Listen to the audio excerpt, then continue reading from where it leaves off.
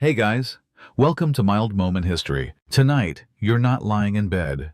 You're standing barefoot on a wet London street. 1871. The cobblestones are slick with mist. Your shawl is too thin. And in your hand is a single rose that no one asked for. You think Victorian London smelled of perfume and progress? It smelled like smoke, soot, and cheap soap and maybe, if you were lucky, flowers someone couldn't sell. Your fingers are numb, but you still arrange petals like they matter.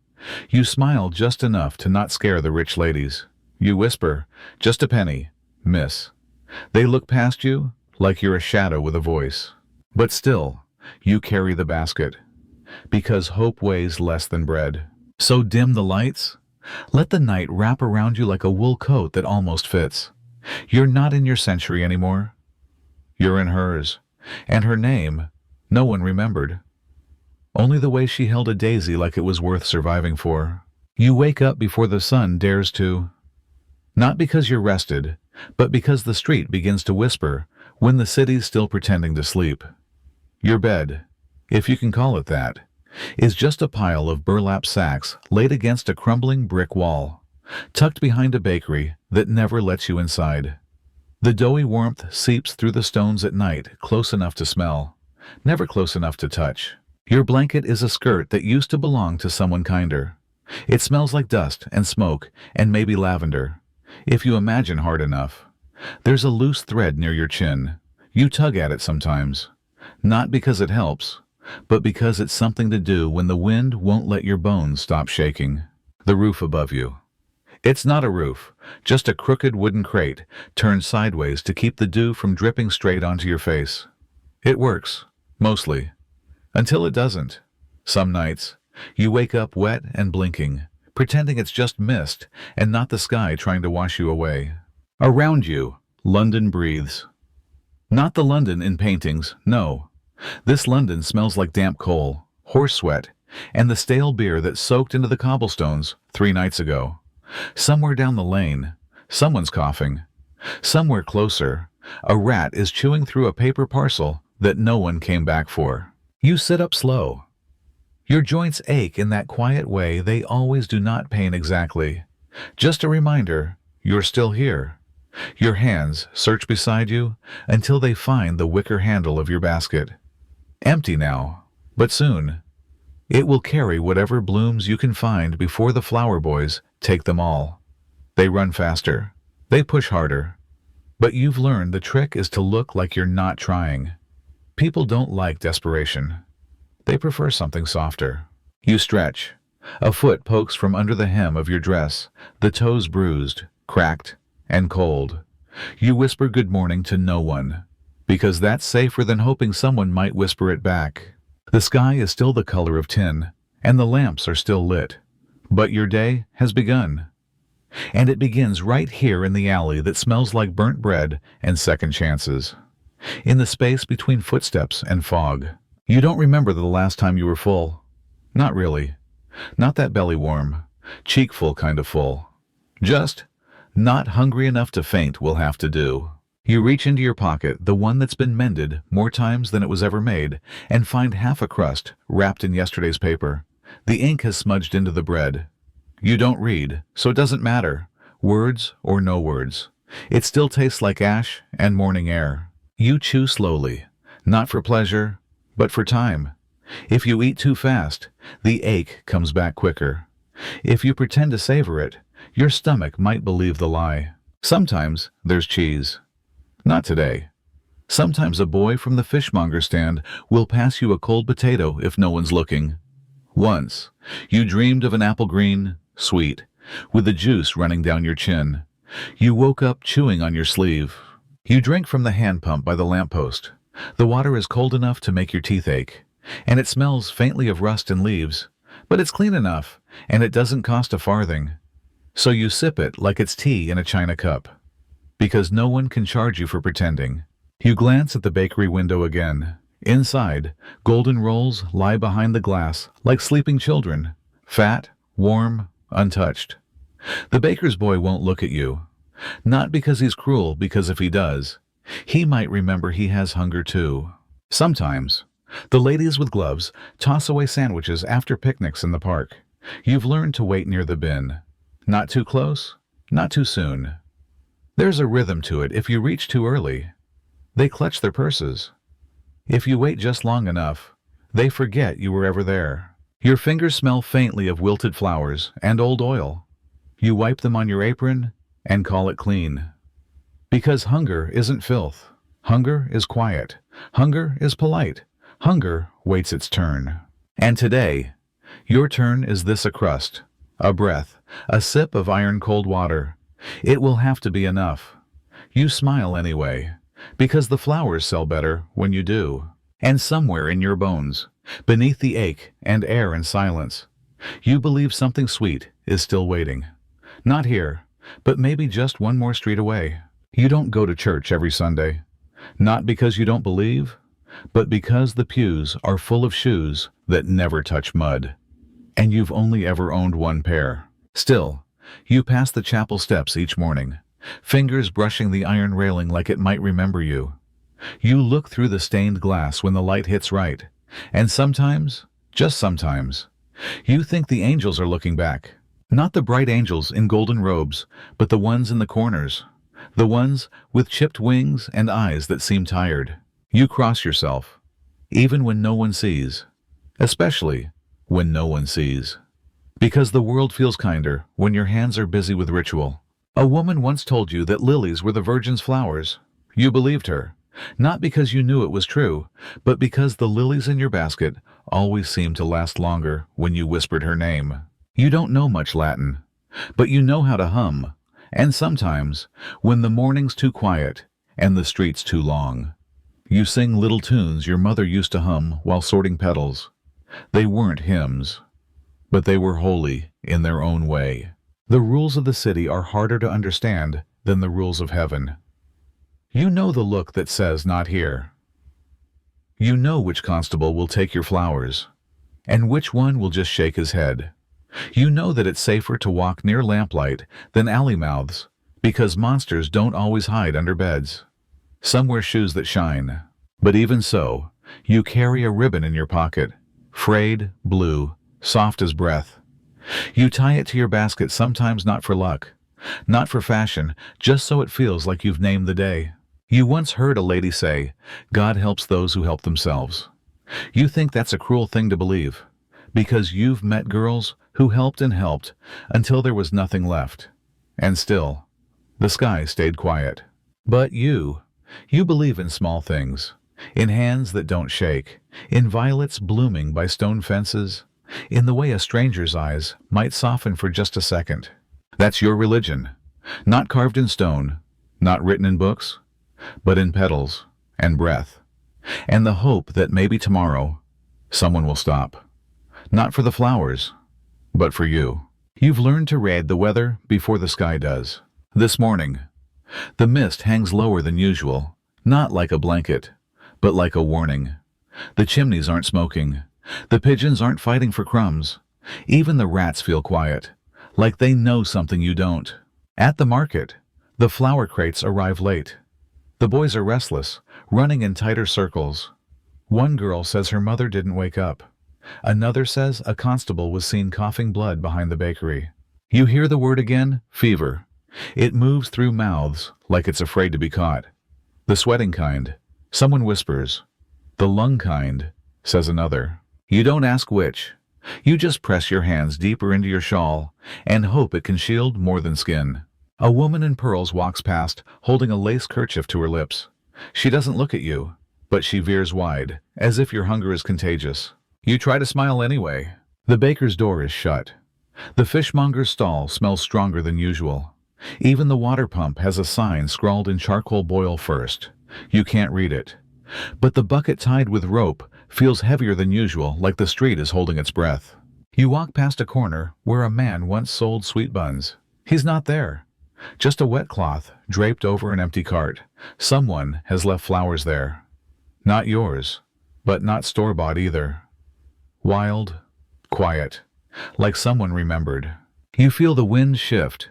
It's not colder, just sharper, like it's slicing the silence into thinner pieces. A constable yells something down the alley. A boy runs. You don't look. You've learned not to. You tighten the ribbon on your basket. It's fraying again, but it still holds. Your shoes squish against damp stone. A carriage rattles past too fast, splashing dirty water onto your hem. You don't flinch, not because you're brave, but because it's happened before. Behind you, a church bell rings, but not for Sunday, not for weddings, just one long note. Then silence. You press your hand to your chest, not to pray, to feel if it's still beating like it should. And it is, for now. So you keep walking, because the flowers won't sell themselves, and something you're not sure what is coming. Not loudly, not fast, but like the fog settling, steady, and already here. You wait until the fog thins just enough to see your own fingers. Not because you're afraid of the dark, but because it's harder to sell something beautiful when no one can see you holding it. Your breath curls up in front of you, soft and white, as if even your lungs are trying to disappear for a moment. You shift the basket onto your lap. It's not full, never full, but you've arranged the flowers carefully, the tallest in the center, the soft ones fluffed gently at the rim. It's not art, but it's a kind of hope. The first flower of the day is always the lightest, not by weight, but by meaning. It doesn't just start your morning, it decides it. If someone takes it, with a smile or even a half glance, you can believe the day might be kind. If they don't, you choose a daisy. It's small, simple, and still holds a drop of yesterday's rain. You think that makes it look more alive. You rise slowly. Your knees click. You pretend they don't. Your stomach aches. You pretend it doesn't. You step into the street like it belongs to you. It doesn't. Horse hooves clatter somewhere beyond the mist. Someone yells about eggs. A door slams 2 alleys down. The world is waking up angry, but you hold the flower like it's the start of something gentle. The first person you see is a woman in a velvet coat. Her gloves are cream. Her boots don't touch puddles. She steps around them like they're things that happen to other people. You approach her, the way you always do, not too fast, not too close. Smile soft, eyes lower than hers. You learned that early. Rich people don't like to feel short. You hold the daisy out, just a little. Flower. Miss, you say, voice quiet, like it's a secret between you two. She glances at you, not your eyes, not your face, just the space around you, the way someone might look at a coat on a hook and wonder if it smells. No, thank you, she says, quickly, polite, but not kind. You nod, still smiling. You never stop smiling. Not until they're gone. She walks on. You hear her boots tapping away. Then nothing. You look down at the daisy. It's bent now. Maybe the wind did it. Maybe your grip. Either way, it no longer looks like a beginning. You tuck it behind the others in the basket, gently. Not hiding it, just letting it rest. You move on. The second person is a boy, not much older than you, in a cap too big for his head. He's pushing a cart of onions. He doesn't stop, doesn't look, but he whistles a song you almost know, and for a second, that's enough. The third is a man with smoke on his coat, a pipe clenched in his teeth. He says nothing, just steps aside as if you might stain him. You stop in the square. A bench waits by the lamppost. You don't sit. Sitting makes it harder to look brave. So you stand there, basket in front of you, arms tucked in, one hand curled loosely around a stem. You don't call out. Not yet. The morning is still too fragile. You think about the daisy again, how it was meant to start the day, how every morning, no matter how tired or soaked or cracked you feel, you still pick one flower to be the first. You don't know why, you just do. Maybe because someone once said, begin with beauty. Or maybe because no one ever said anything. And this is how you answer the silence. Your fingers are cold, your throat is dry. But when the fourth person comes, an old man with a crooked cane and eyes like cracked glass, you try again. Flower, sir, you offer. He stops, looks down at your basket. How much? His voice sounds like coal dust and forgotten Sundays. A penny, you whisper. He nods slowly, reaching into a pocket with more lint than coins. His hand shakes. It takes a long time. You wait, still, breathing soft. He places the coin in your palm. It's warm. That surprises you. You offer him the daisy. He takes it gently, like it might break. Thank you, he says. Not for the flower, not for your time, just thank you. You nod, still smiling, and suddenly, the morning feels different. Not brighter, not warmer, but like something has begun. You hold the coin in your hand a while before dropping it into the corner of your apron. It makes no sound, just disappears into the fold. Your fingers find another flower. This one's a faded rose, soft at the edges, blushing under the fog. You step forward, and the day moves with you. The fog is lifting now, but only just, enough to see outlines, shapes, not faces, not yet. You walk slowly, as you always do, not because you're tired, though you are, but because fast things scare people. You learned that when you were 6, when you ran toward a woman with too many rings, and she screamed, loud enough to make a constable come. You don't run anymore. The rose in your hand is soft. Its petals curl inward, like it's shy, or maybe just cold. You like that. Flowers feel more like you when they're not perfect. You spot her before she spots you. The woman near the corner with her gloves already on, cream leather, stitched at the wrist, buttons small as pearls. The kind of gloves you've only ever touched by accident, when change was handed too slowly or a flower brushed past. She's with someone else, another woman, younger, laughing softly behind a folded fan. They are walking slowly, the way people walk when time isn't chasing them. You step closer, not too close. You hold the rose in both hands, like an offering. Morning, miss, you say, voice gentle. A rose for your walk. She turns. Her face is kind. Or maybe just practiced. You can't tell anymore. But she does smile. And she stops. And for a moment, your heart forgets how heavy it is. Oh, she says, how sweet. Her hand reaches forward, gloved fingers curled delicately. And you move the rose toward her. Just a little, not daring to hope yet. And then she hesitates. Just the smallest pause. But in that pause, something changes. Her smile flickers not off, just back a little, like a curtain drawn slightly. Her eyes dart, not to the flower, but to your hands, your nails, the smudge on your wrist, the fabric of your sleeve. She pulls back, not suddenly, not rudely, just decisively, like someone remembering something they'd rather not touch. Her glove retreats to her side. Fingers refold over her purse. She leans slightly toward the woman beside her. I shouldn't, she says lightly. They say the fever lingers on cloth. Her voice trails off like mist. You know she didn't mean to be cruel. She didn't raise her voice. She didn't laugh. She didn't say dirty or poor or you people. She just didn't take the flower. The other woman glances at you, then away. You see her hand adjust the fan. You wonder if that's what it's for, not heat, but distance. You nod, smile. It's all right, miss. You whisper, maybe another day. You step back. They walk on. You don't watch them go. You've learned that watching makes it worse. Instead, you look down at the rose. Still in your hands, still curling inward. You twist its stem a little, trying not to feel like it's you she didn't want to hold. A cart rattles by, muddying the hem of your dress. You don't move. Your fingers ache, not from the cold this time, but from holding something so gently for so long, only to put it back. A little boy runs past, chasing nothing. His feet slap the stones. He laughs. For a second, you want to run too, not after him, just in the opposite direction of everything. But instead, you tuck the rose back into your basket, not at the top, not at the bottom, somewhere in the middle. Safe. You walk on. You pass a mirror in a shop window, the kind too clean for people like you. You glance, not at your face, but at your hands. They're clean as they can be. You rub your palms on your skirt anyway.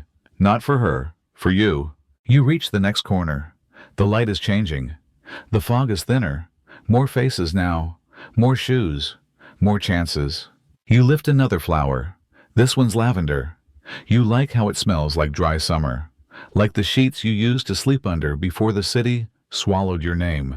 You square your shoulders, step forward, and try again, because the morning's not over, and one day, someone's glove might not pull away.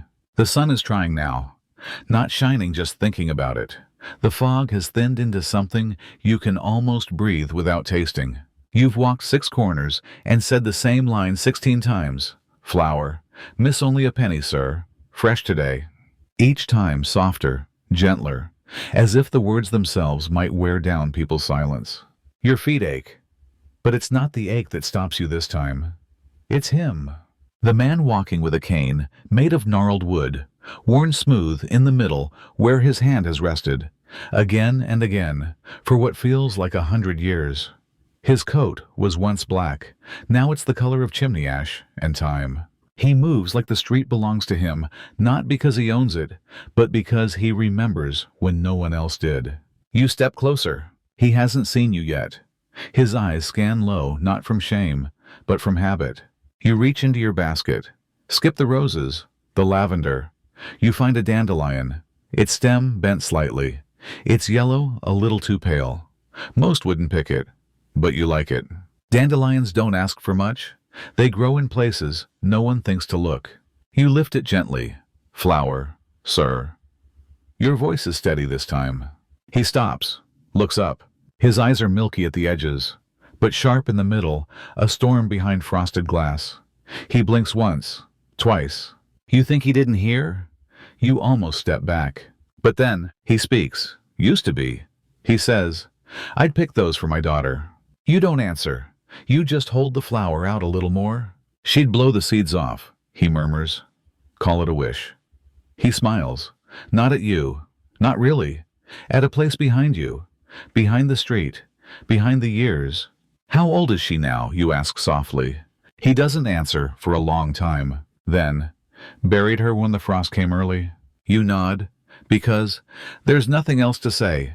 Because sometimes the only thing you can do is stand still and listen. He reaches into his coat. His fingers fumble. A coin appears small, dulled with use. He presses it into your palm, firm and warm. For the flower, he says. You hand him the dandelion, like it's made of spun glass. He holds it in both hands, like a prayer, then tucks it into the inner pocket of his coat. You don't see it again, but you know it's still there. You know it'll stay there until the coat is hung up and the day turns quiet. He nods once and walks away. You don't call after him. You don't count the coin. You just close your fingers around it. Feel the roundness of it heavy for its size and let the weight settle into your chest, where hunger usually lives. You look down at your basket. It's lighter now, even if only by one dandelion. The wind stirs. Not cold this time, just enough to lift the edge of your skirt. A group of boys runs past, laughing, one of them tossing a torn leaflet into the air like a bird. It flutters, lands at your feet. You don't read it. You just step over it and walk on. But something in you has shifted. Not much. Like a splinter working its way out of skin, not enough to bleed, just enough to feel. The next person you offer a flower to doesn't stop. But your voice is steadier. Your smile less borrowed. Because today, someone took the one flower no one wanted and carried it away like a memory. It doesn't start as rain, just a mist that grows teeth. You feel it first on your eyelashes, soft and slow, like someone trying to wake you with their breath. Then on your fingers, which you'd been pretending weren't already cold. You tilt your face up. The sky is the color of tin left too long in the wash basin. You've learned not to trust that color. It doesn't warn, it just decides. The drops begin in earnest, a moment later, sharp, thin, and constant. Not a storm, not a downpour, just the kind of rain that doesn't stop. The kind that soaks you not with force, but with time. You adjust your shawl. It's already damp. Your shoulders curl inward like petals trying to close. The basket's contents shift as the water finds them. The daisies fold faster. The stems darken. A few loose petals cling to the wicker like they're trying not to slip through. You walk slower now. Not because you're tired, because the streets are emptying. And you've learned that walking fast in the rain just means you get wet sooner. There's a man under an awning dry, unreadable, watching the road with hands tucked behind his back. You stop a few paces away, careful not to step into his dry circle. "Flower, sir," you ask, voice raised just enough to cross the rain. He doesn't move, doesn't blink, just turns away slightly, like a curtain drawn at closing time. You nod, though he didn't see it. You keep walking. Your shoes squish now. You feel the chill soak through the worn leather into your socks, into the arches of your feet. You imagine the water traveling up your legs like roots. You wonder if it would help you bloom. You reach the corner where the lamp always flickers, even when it isn't windy. Today, it burns steady, a small mercy. You pause beneath it, shake the basket gently. Not to dry it, that's impossible now, but to rearrange what still looks like it could belong to a poem. A single rose remains nearly intact. It leans toward you like it's tired too. You whisper to it. Not words, just breath. Across the street, a couple under an umbrella pass. She laughs. He leans close. Their boots splash, but only hers leave sound. You step forward. "Flower." Miss, you offer it with both hands this time. The rose. The best one left. She glances, then hesitates. He shakes his head. They keep walking. You hear the umbrella creak. You look down at the rose. A raindrop clings to the petal's tip, perfectly round. You watch it fall. You don't chase them. You move again, basket tucked tighter against your stomach now. Each step makes a new sound. Each corner emptier than the last. You whisper your price like a prayer. Not because you think anyone hears, but because prayers are for you, not for them. Near the canal, a small dog barks from under a cart. You smile. It startles you, the smile like a candle left burning when the wind comes. You offer it a flower, not because it needs it, but because you need someone to take it. It doesn't move, but it doesn't run. That's enough. You place the flower gently on the cobblestone before it. Then keep walking.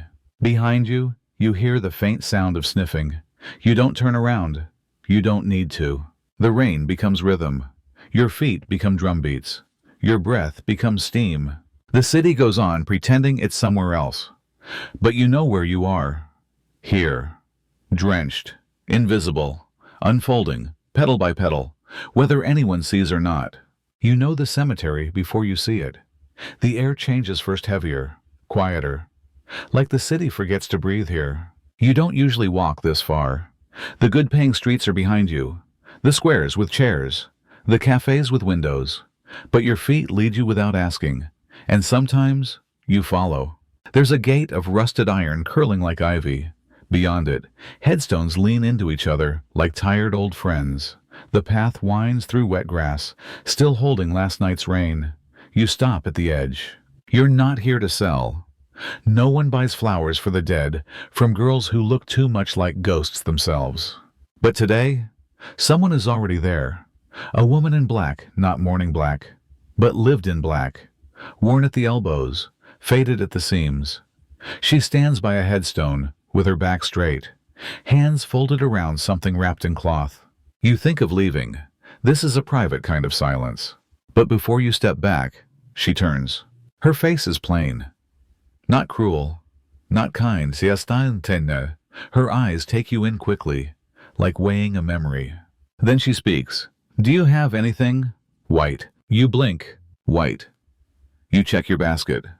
Most flowers today are bruised yellow, lavender, pink if the light is generous.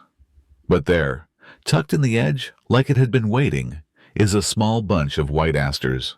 Soft, frayed, still whole. You lift them slowly. 3 for a penny, you whisper. She nods. You walk toward her, not too close. You place the flowers in her outstretched palm. Her fingers close around them tightly, more tightly than you expect. Thank you, she says, not looking at you, just at the stone. Its name half-washed, the date barely legible. You don't ask who it is. You never do. But your eyes fall to the ribbon in her other hand. It's pale blue, thin as breath, tied in a loop that's been undone and retied too many times. She kneels, gently presses the flowers against the stone. The ribbon follows. Her head bows, No words, just the sound of the rain picking up again, polite but persistent.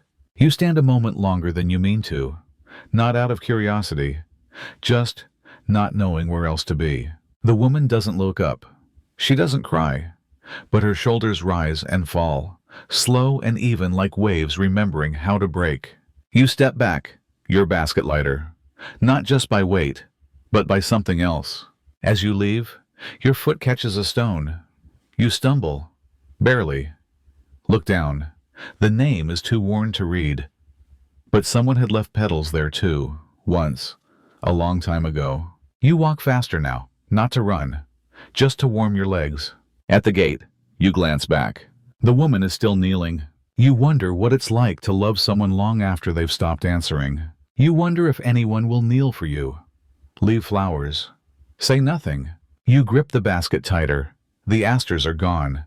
The coin in your pocket presses cold against your hip. You feel its shape like a memory, one that doesn't belong to you, but still found its way into your hands. You see him most mornings, always near the coal cart, hands black to the wrists, eyes sharper than any adult's in the square. He sells what's left at the bottom crumbs of heat, priced cheap for those too proud to beg, but too cold to wait. He never yells like the other boys. He just waits. And people come. You've never spoken. Not really. Just nods. Glances. A shared understanding of what it means to work before your voice finishes changing. Today, he notices you before you look up. You feel it the way someone watching isn't the same as someone staring. He's kneeling by the cart, tying a bundle of black dust into a square of cloth that used to be red. You walk by. He doesn't speak until you're nearly past. Then, casually, you drop something. You turn. He holds out a ribbon. It's pale purple, frayed at the edges, a little damp from the morning fog. You didn't drop it.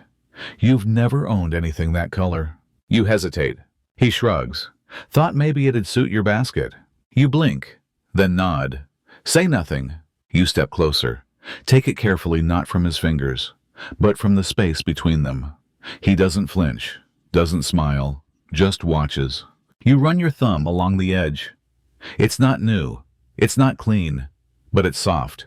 The kind of soft that comes from being handled gently, not from being expensive.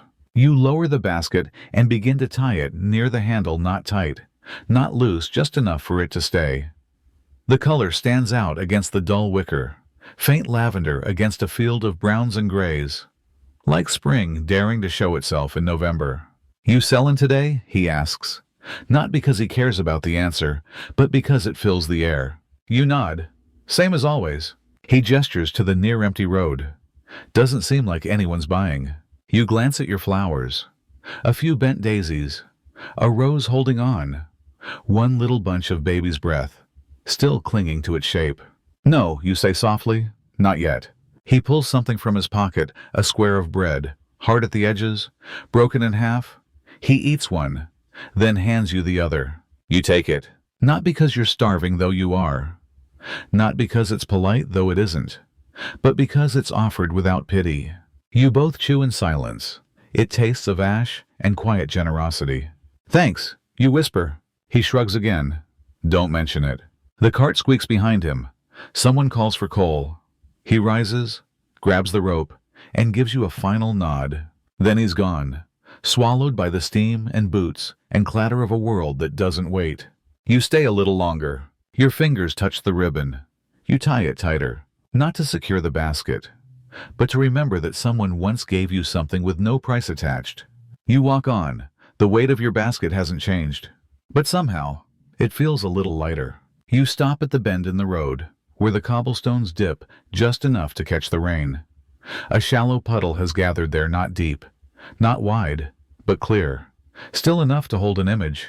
You lean forward, not because your hair is loose, or your shawl is slipping, but because you need to see yourself. Not the version that people glance past, not the girl with the basket, not the smudge on the cheek or the threadbare hem. Just you? The reflection stares back, blurred slightly by ripples from a distant drop. Your eyes look tired, not red, not swollen, just dull, like river stones, smooth from being stepped on too long. You blink. She blinks back. You tilt your head. So does she. But something feels off. Not wrong, just unfamiliar. Like looking at a face from a dream you're not sure you had. The puddle darkens slightly as a cloud moves overhead. Your face vanishes for a moment, replaced by the shape of chimney smoke curling between buildings. You exhale. Sometimes, you think the city is made of ghosts. Not the kind that moan or rattle chains. The kind that walk beside you, wear shoes, buy bread. The kind that no one knows are already gone. You wonder, softly, if you're becoming one. If fading can happen while you're still breathing. You sit on the edge of the step, near the puddle, the basket balanced on your lap. A petal drifts loose and lands on the water surface, floats there for a second, then sinks. No sound, no splash, just gone. You don't move, you just watch the circle it leaves behind. You remember once long ago. Maybe someone told you that water remembers faces, that when you look into it, it holds your image, even after you walk away. You hope it's true, because lately, it feels like no one else remembers yours. A boy runs by with a wooden hoop, his laughter cutting through the air like ribbon through fabric. He doesn't see you. You don't mind. Behind you, someone opens a shutter. A woman tosses out yesterday's wash water. It splashes the street, some of it drips into the puddle. Your reflection breaks again. This time, it doesn't come back. You sigh. Not out of frustration, out of habit. You stand, slowly. Your knees creak. The hem of your dress is damp from sitting. You glance down one last time. The puddle is murky now, full of footprints and coal dust. No face, no eyes, just water, and a memory no longer yours. You adjust the basket. A single daisy leans against the side. You touch it lightly, center it again, then walk on, because no one waits for girls who stare too long at their own shadows. And besides, you already know what your eyes look like. They look like the river, deep, silent, and always moving away from where you began. You've been standing by the bakery wall for nearly 20 minutes. Not to rest, not to hide, just to be somewhere. Somewhere with stone at your back and space in front of you. The window beside you glows warm with the yellow of bread ovens. The scent curls out through the cracks thick, yeasty, like the memory of hunger. People pass, some fast, some slow, none stop. You don't expect them to. Your basket is heavier now, even though you've sold 3 flowers since morning. Heavy with wet, heavy with time, heavy with the quiet weight of being overlooked. And then you feel it before you see it. That long shadow stretching across the cobblestones, growing steadily behind your feet. You don't need to turn. You know what kind of boots make that sound, and you know what happens next. He doesn't shout, doesn't bark your name. You don't think he knows it anyway. He just steps into view. Not too close, not touching, but close enough that his coat brushes the fog and his baton taps once against his thigh. It's not a warning. Not really. It's just a gesture. A punctuation mark at the end of a sentence you never said. You look up, not quite meeting his eyes. He's not angry, just tired, like someone given too many rules and too few reasons. He glances at the bakery window, then at your basket, then back at the street, already scanning for someone else. His lips don't move, but the message is clear. Not here. Not now. You nod, not because you agree, because arguing makes you smaller than silence. You lift the basket, step sideways. Your skirt brushes the wall. You wait until his boots move again, steady, even, unconcerned, then exhale. The spot you leave behind is dry. Only for a moment. Then the fog takes it back. You cross the street, not looking for a new place, just looking for one that hasn't noticed you yet. You settle by a lamppost still lit, though the sun has returned. It hums faintly. You wonder what it would be like to hum without being noticed, to make light, without being told to move. The flowers are quieter here. The lavender leans inward. The baby's breath curls at the edges. You rearrange them with careful fingers. Try to remember what it's like to feel useful. In the distance, a whistle blows. Someone else is being told to go, to move, to vanish politely. You look down at your feet. One of them rests inside his shadow still. Even now, you shift it gently to the side. There, gone. You whisper to the flowers, like you always do. Not because they answer, but because they never ask you to leave. You found a corner no one needs. It's between a milliner's shop and a tailor's window, a narrow slice of stone barely wide enough for you and your basket. No roof, no bench, just shadow, just quiet. You sit slowly, knees pulled in, the basket beside you like a sleeping pet. Your back presses against the cold brick wall. It doesn't give. It never does. Across from you, behind a spotless pane of glass, 3 women laugh over tea. Real tea, not water steeped in memory. You can tell by the curls of steam, the fine china cups, the silver spoon left to rest. Not stirs. Their hats tilt just so. Their gloves lie loose on the table, like even their hands have been granted rest. You don't stare. You've learned not to. Eyes that linger are eyes that get noticed. And being noticed, sometimes, is worse than being ignored. So you glance, softly, like someone admiring wallpaper, not warmth. Their voices don't reach you, but you can guess their tone. It's in the way one of them tips her head back to laugh, in the way another leans forward to whisper, in the way none of them look out the window. Behind them, chandeliers flicker, napkins bloom across laps, cakes, small and perfect, wait to be half-eaten and forgotten. Your fingers find the edge of your shawl. Tug it tighter. You don't feel cold anymore, not exactly. You just feel uninvited.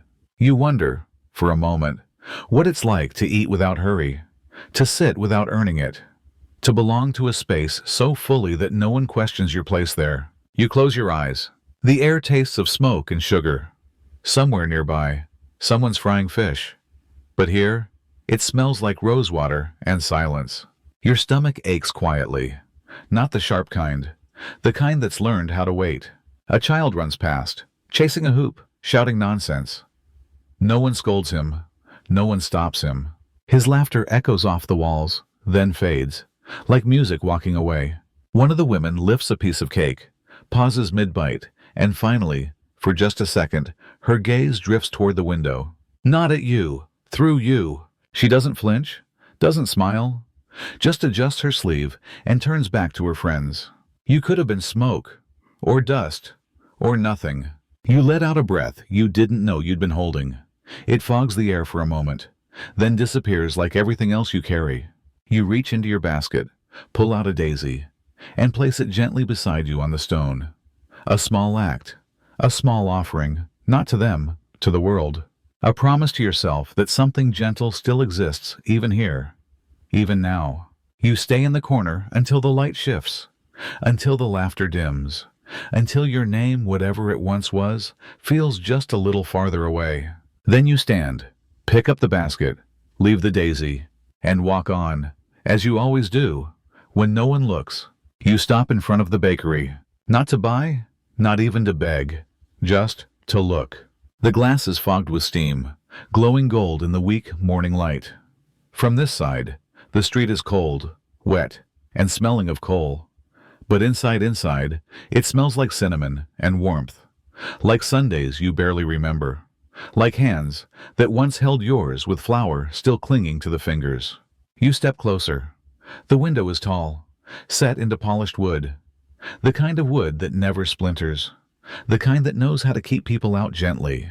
You raise one hand slowly, as if asking permission from the pane itself, and with your sleeve, you wipe a small circle clear. The cloth comes away damp. A faint smear remains, but through it, you see everything.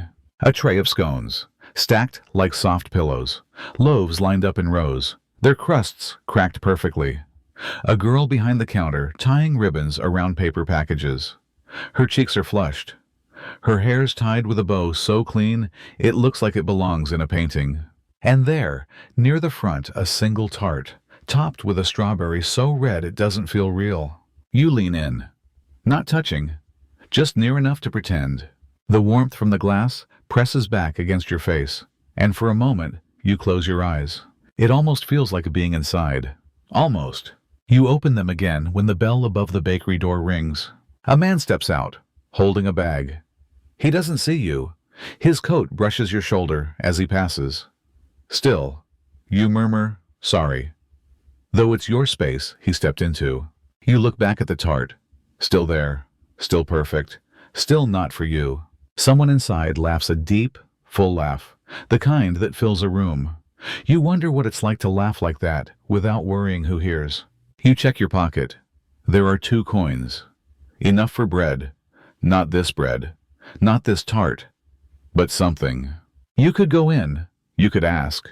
But the thought makes your stomach twist. Not from fear. From knowing the shopkeeper's eyes would pause. From knowing the girl behind the counter might go quiet. From knowing the warmth inside could turn cold with a single look. So you stay outside. You press your fingertips to the edge of the window. The steam has already begun to return, erasing the circle you made.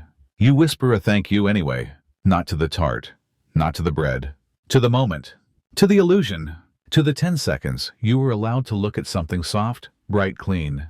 You step back. Let the glass blur again. Let the tart disappear. The street welcomes you like an old coat, worn, rough, familiar. You lift your basket. The ribbon tied near the handle flutters slightly. There's still work to do, still flowers to offer, still pennies to find. But for just a breath, you held sweetness with your eyes. And sometimes, that's the closest you're allowed. You find it just before noon. It's lying on the edge of a step, between the cracks of 2 stones, where the sun barely reaches. Small, blue, perfect. A single forget-me-not. Its petals no larger than your thumbnail. Its stem barely clinging to green. You look around. No one notices. No one lingers. The street moves like always, boots and skirts, wheels and voices, all too busy being elsewhere. You kneel slowly, not because you need to, but because this flower deserves to be picked gently. You lift it with both hands, cupping it like something that might fly away if startled. It doesn't resist. It just rests there, light, unimportant. And yet, you hesitate. You could tuck it into the basket, try to sell it, wrapped with others. Pretend it was part of something deliberate. But something about it feels different. Not better, not rarer, just yours. So instead, you slip it into your apron pocket, beside the coin from the old man, beside the thread you've been meaning to fix. It fits there easily, like it knew you'd have room. You don't tell anyone. There's no one to tell. You just walk, and carry that secret weight with you. A flower worth nothing, kept for no one, remembered only by you. Later, when you pause beneath the bridge, where the stone is cool and no one watches, you take it out again. Turn it in your fingers. Let it dance along your palm. You think of names, of ones you've had, and ones you've lost, and the ones no one says anymore. You think, maybe this flower knows them all. Maybe that's why it's called what it is. Forget-me-not. Not a demand, not a plea, just a whisper, like the soft voice of something nearly gone, asking to stay just a little longer. You tuck it into the fold of your shawl. Near your heart, not pinned, not pressed, just resting, safe. You don't keep many things, but you keep this. Not because it matters, but because you do. You stand again. The sky hasn't changed. The street hasn't softened. But you have something now, something no one bought, no one noticed, no one claimed. And that makes it precious. You walk back into this crowd.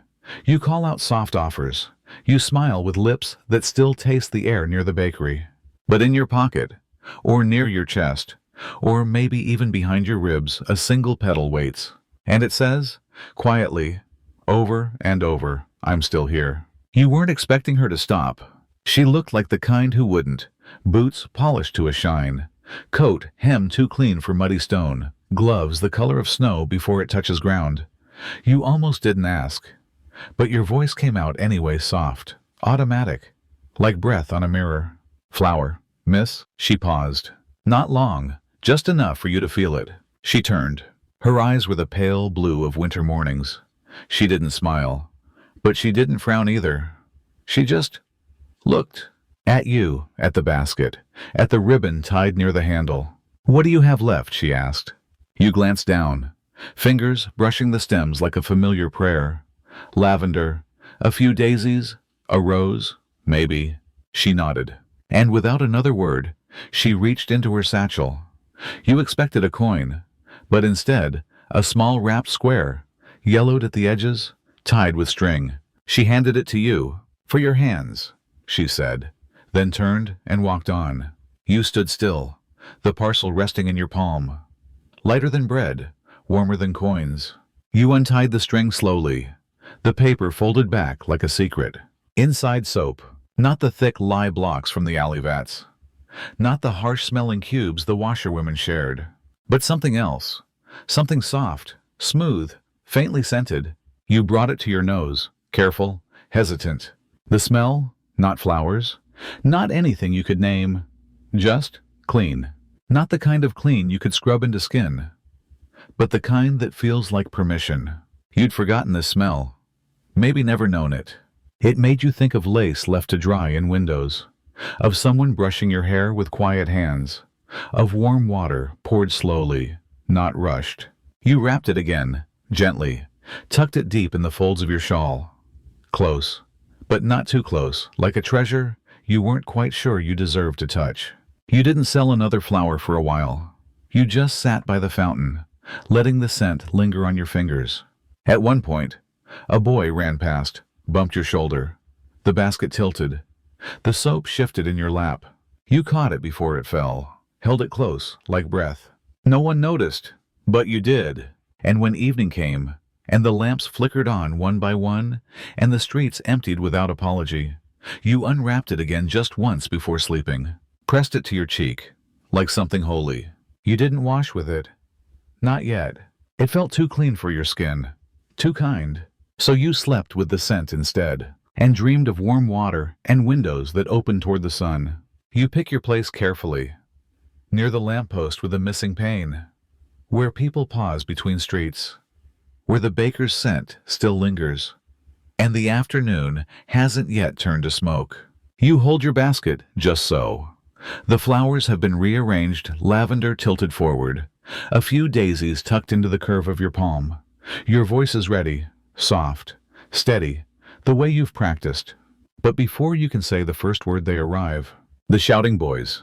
They come in a tangle of elbows and paper, voices cracking with youth, but already sharper than coal knives. Extra fever spreads in the East End. 5 dead one night. Their calls slice through the street like bells.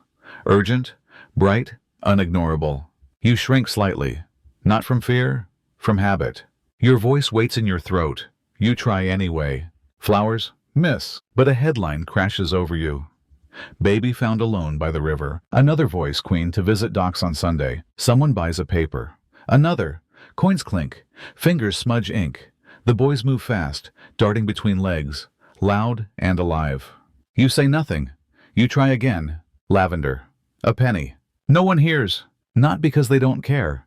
Because they're already full. Filled with noise, with news, with words that promise danger or scandal or importance. You watch them, the boys. Hats askew, sleeves rolled, teeth flashing. They belong to the street. They fit in its rhythm. You don't. You try again. Just a daisy. But the crowd shifts, pulled toward the noise like iron to magnet. Your flowers remain still, beautiful, fragile, silent. You step back, let them pass. One boy looks at you, just briefly, not cruel, just curious. Then he's gone. A newspaper floats to your feet, blown loose from a careless grip. The ink is still wet. A smudge forms where your shoe touches the corner. You pick it up, glance at the bold letters, then turn it over. The back is blank. You fold it once, twice, and use it to shield the flowers from the wind. Your hands tremble slightly, not from cold, from trying to be louder in a world that rewards shouting. You sit again, hold the basket closer, wait for the noise to pass. And when it does, when the boys are gone, when the street remembers how to breathe, you whisper softly, flower, miss, to no one, to anyone, to the silence that finally came back. It falls too quickly for you to stop it. A rose, pale and soft around the edges, topples over the rim of your basket as you shift your weight. You feel it leave your fingers, that tiny slip of stem brushing your knuckles on its way down. And then, a wheel. Heavy, fast, unforgiving. The cart doesn't pause. Its driver doesn't look. And just like that, the rose is gone. Not stolen, not picked, just crushed. You crouch, slowly, knees aching against the cold stone. The street is busy again. Heels click, boots slap. Voices rush forward without breath. But you're still, hands hovering above what's left. The petals are folded into themselves now, pressed into the shape of silence. One edge is torn, another dark with dirt. You pick it up anyway, gently, always gently. Not because you can fix it, because it was beautiful once. Because something lovely shouldn't be left to melt into the street. You cradle it in your palm, like a bird with one broken wing. You don't speak to it, but your fingers move carefully, smoothing what they can. A boy walks by and scoffs. It's ruined, he says. Not to you, just to the air. You say nothing. Not to him, not to anyone. You find a quiet space by the edge of the curb, a little patch where weeds grow in defiance. You press the rose there, gently into the earth, not burying it, just letting it lie. You whisper something, maybe a name, maybe an apology, maybe nothing at all. A woman hurries past, her skirts brushing your arm. She doesn't see the flower, only you, crouched like you've lost something more important than pennies. She quickens her pace. You stay there for another breath, then another. Then you stand. Your fingers carry the scent of petals and dust. Your apron has a faint green smear now, where you wiped your palm without thinking. You look at the basket. It's lighter, not just by one flower, by the kind of weight you can't measure in stems or coins.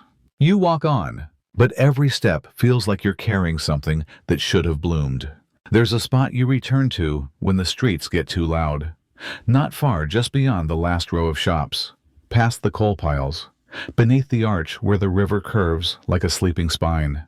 You found it by accident one afternoon.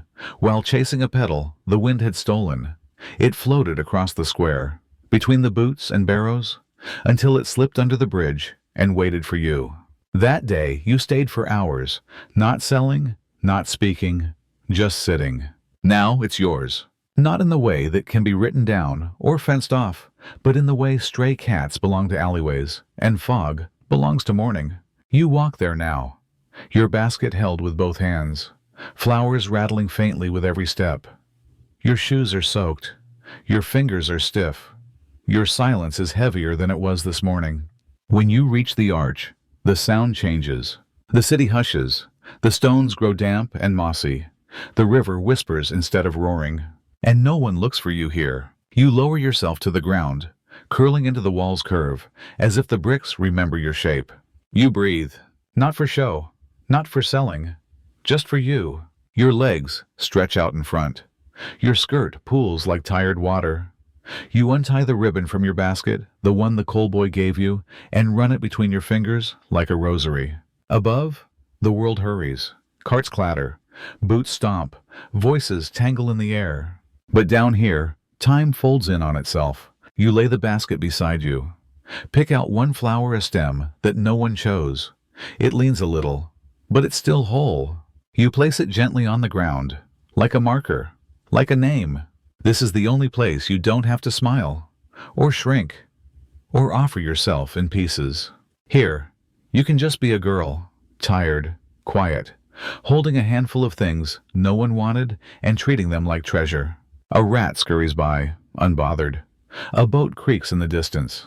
Water laps against stone like it's trying to say something, but forgot the words. You hum, barely, a tune with no name, one your mother used to hum when washing hands with water not yet boiled.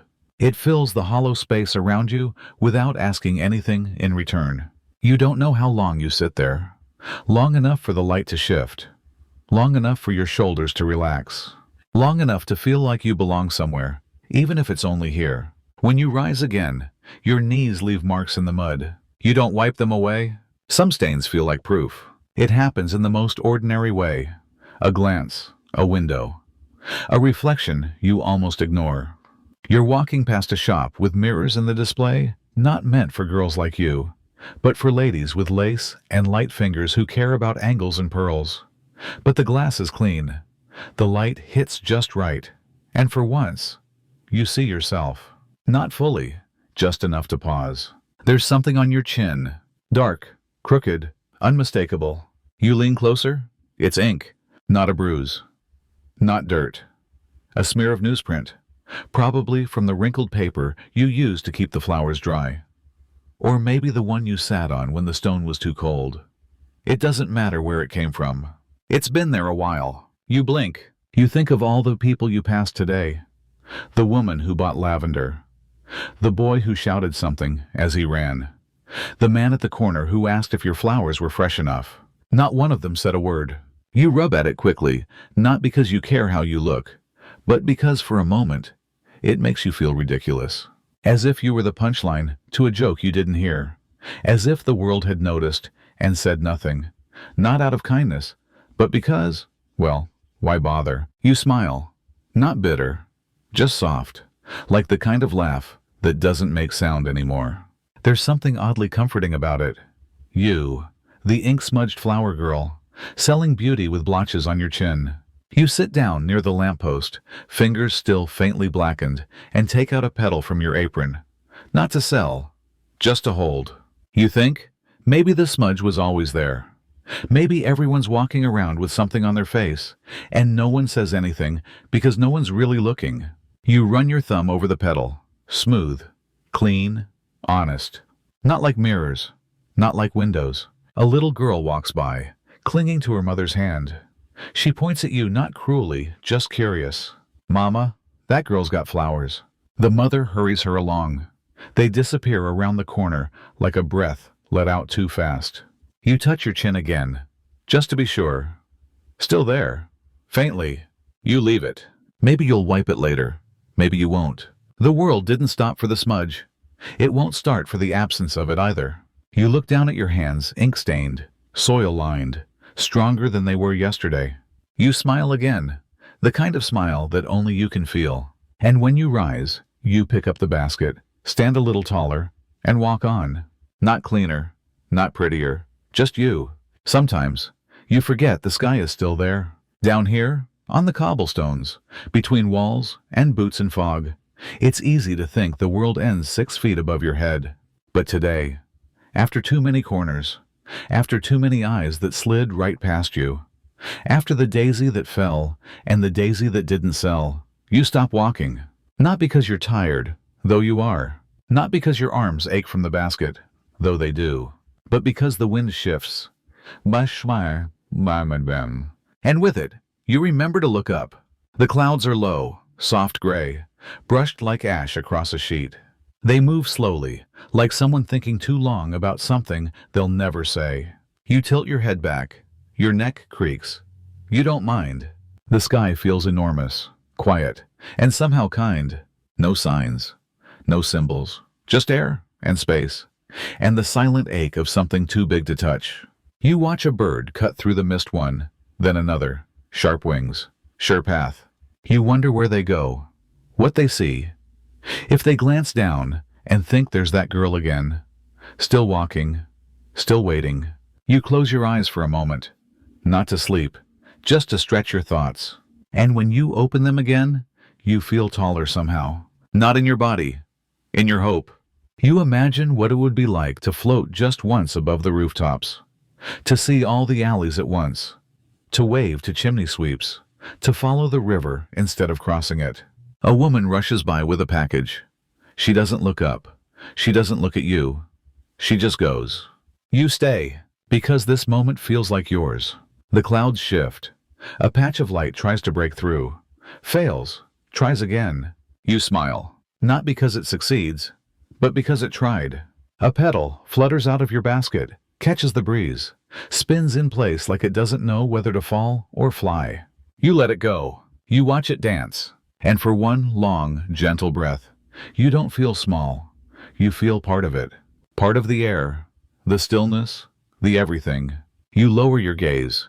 The street is the same. The basket is still full. Your stomach still empty. But inside your chest, a little space has opened up. A window, a breeze, a piece of sky that no one can take. You see it before she does. It slips from her hand like silk, barely brushing the wind, barely making a sound. A perfect red rose, long-stemmed, its ribbon still tight near the base. It lands between two stones, just past her boot. She keeps walking, not far, just a few steps ahead. Her heels tap the stone like she's playing an instrument no one else hears. You stop. Your basket leans against your hip, the weight familiar now, like breath. The flower lies there, bright, alone, within reach. You glance around. No one else notices. No one else cares. It would be easy, so easy. You've done harder things for less. You step closer, your fingers twitch, and then you stop. Because something in you knows this isn't your flower. Not really. Not because of law. Not because of fear. But because it doesn't belong in your hands. It wouldn't look right in your basket. Too proud. Too clean. It would make the daisies look embarrassed. The lavender curl in on itself. You take a step back. Let the wind have it. Let the moment pass. The woman turns around then, just slightly, as if feeling something shift. Her eyes find the rose. Then you? She pauses. Not long, but long enough to make you feel seen. Not known. Just registered. She walks back, bends, picks up the flower, brushes a speck of dust from the petal. She doesn't thank you. You didn't do anything. She doesn't smile. You didn't ask her to. She just walks away, rose in hand, world intact. You exhale. You don't feel cheated. You don't feel noble. You just feel empty in a quiet way. Like you watched something soft float by and chose not to reach. You sit near a puddle. Let your skirt catch the damp. The red of the rose lingers in your mind, sharp against the gray. Too sharp. You reach into your basket. Pick a daisy. Its petals are bruised. Its stem slightly bent. But it's yours. You press it gently into your palm, like a stone, like a promise. Some beauty you carry, some you let go. And both are sacred. There's a place near the edge of the market where the bricks don't quite fit. An old wall, bowed outward, its mortar worn to dust, its stones holding stories too tired to speak. You pass it most days. Sometimes you sit near it when your feet ache. Sometimes you lean against it when the sun dares to show itself. But today, you see something different. A crack. Thin, long, barely wider than a coin. It splits the wall from shoulder to hip, a seam in the skin of the city. You crouch beside it. The flower basket rests at your side. Your fingers reach out, tracing the line. Not because you want to fix it, because you understand it. You know what it's like to hold yourself together with silence.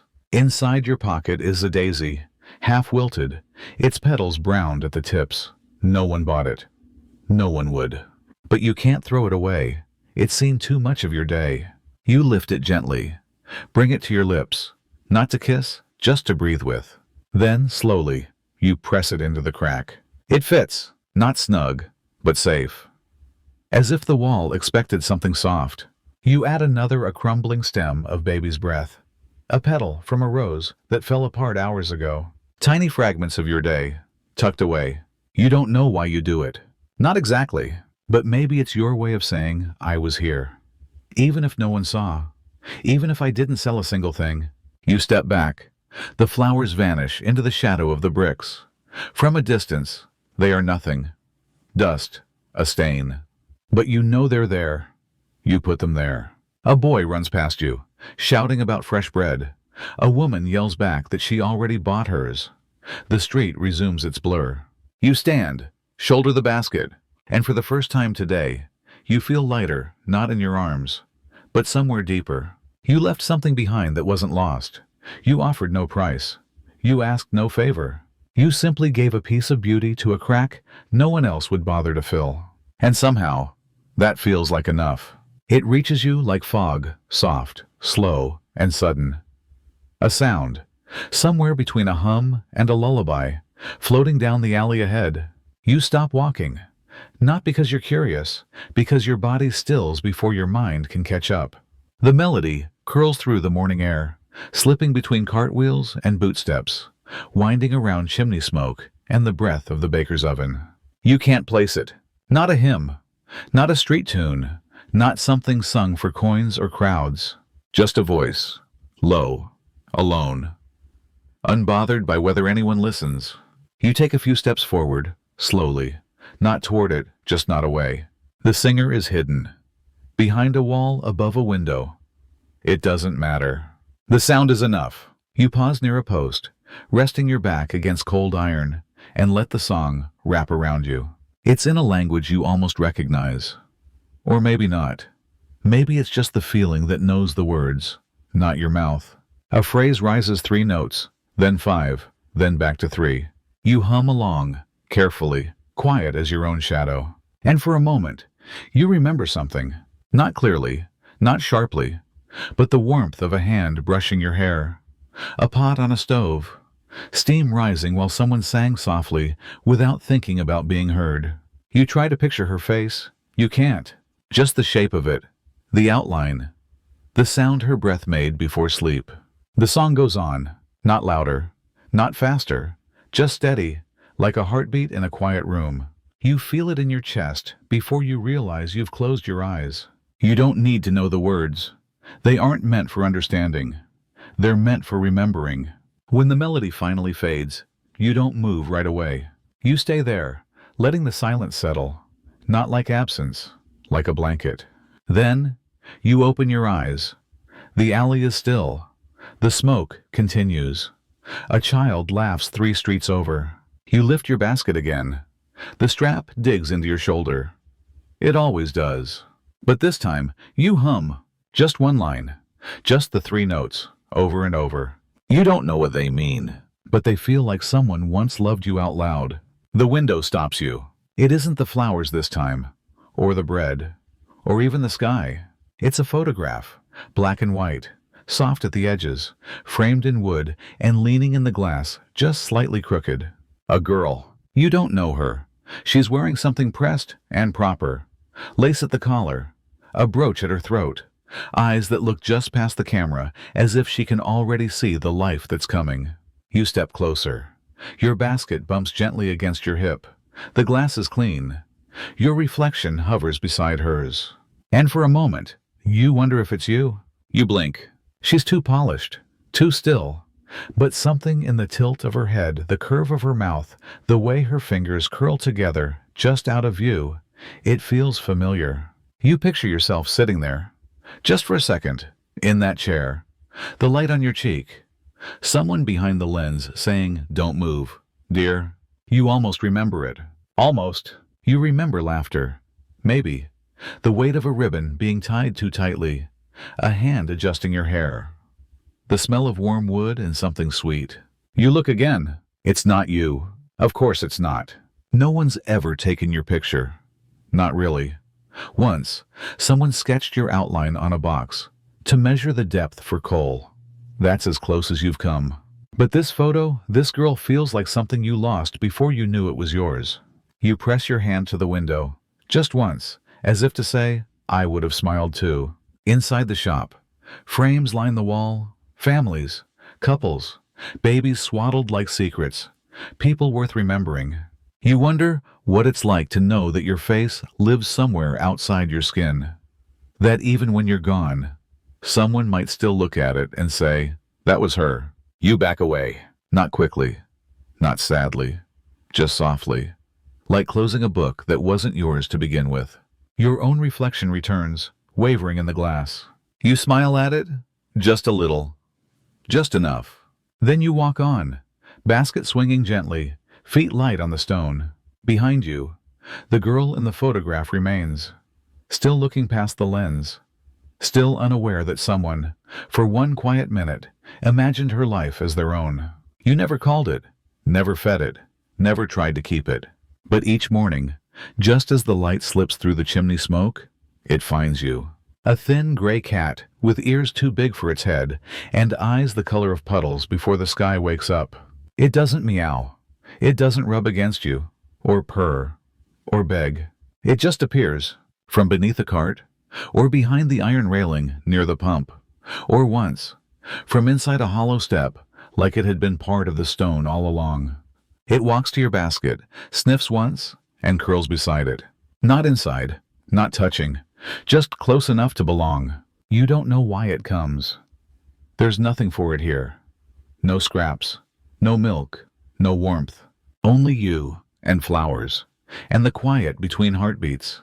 At first, you didn't speak, didn't move, afraid it might run, but it didn't. So now sometimes you hum, not for it, for yourself, but you think it listens.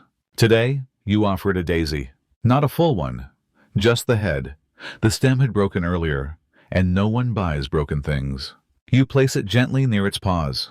The cat doesn't flinch, doesn't sniff, just blinks once, slowly, as if saying, "That will do."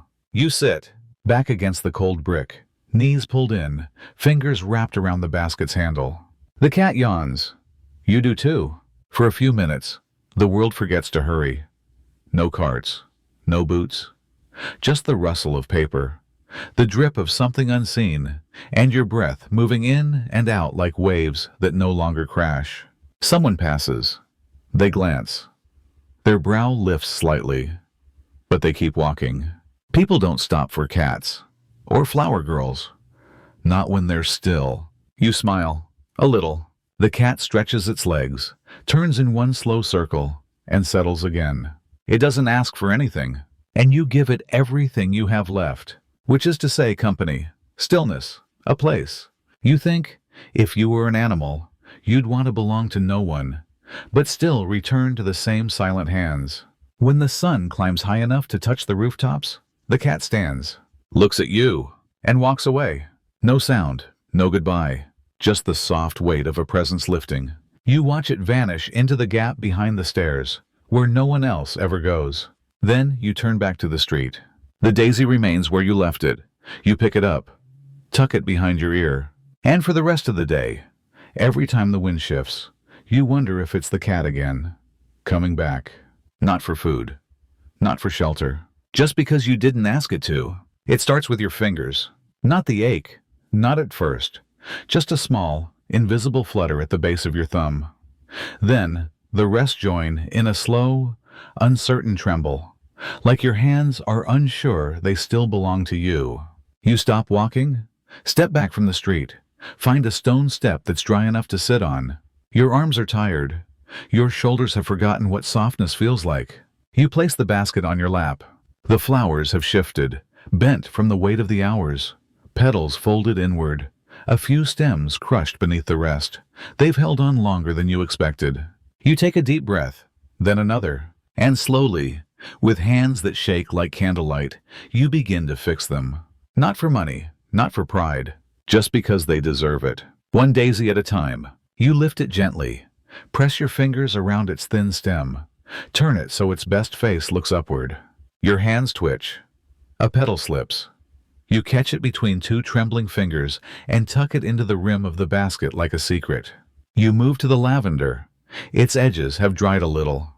You cup the bunch in your palms, breathe in the scent. It smells like stillness. Your fingers keep moving, clumsy, but careful. You talk to the flowers now, not out loud, just in thought. You tell them you're still lovely. You did your best. You lasted. You don't say it to yourself, but maybe they hear it for you. A carriage rattles by. Someone laughs too loudly across the square. But here, in your lap, the world is quieter. Your hands shake again. You pause. Let them rest on the edge of the basket. Watch them like they belong to someone else. They're small, knuckles scraped, nails chipped, and still, they haven't dropped a single flower. Not today. You begin again, this time slower. You arrange them as if someone might stop, as if someone might care, as if beauty still deserves ceremony, even when no one's watching. You tuck the last stem into place. A crooked bit of baby's breath. It leans to the side, but holds.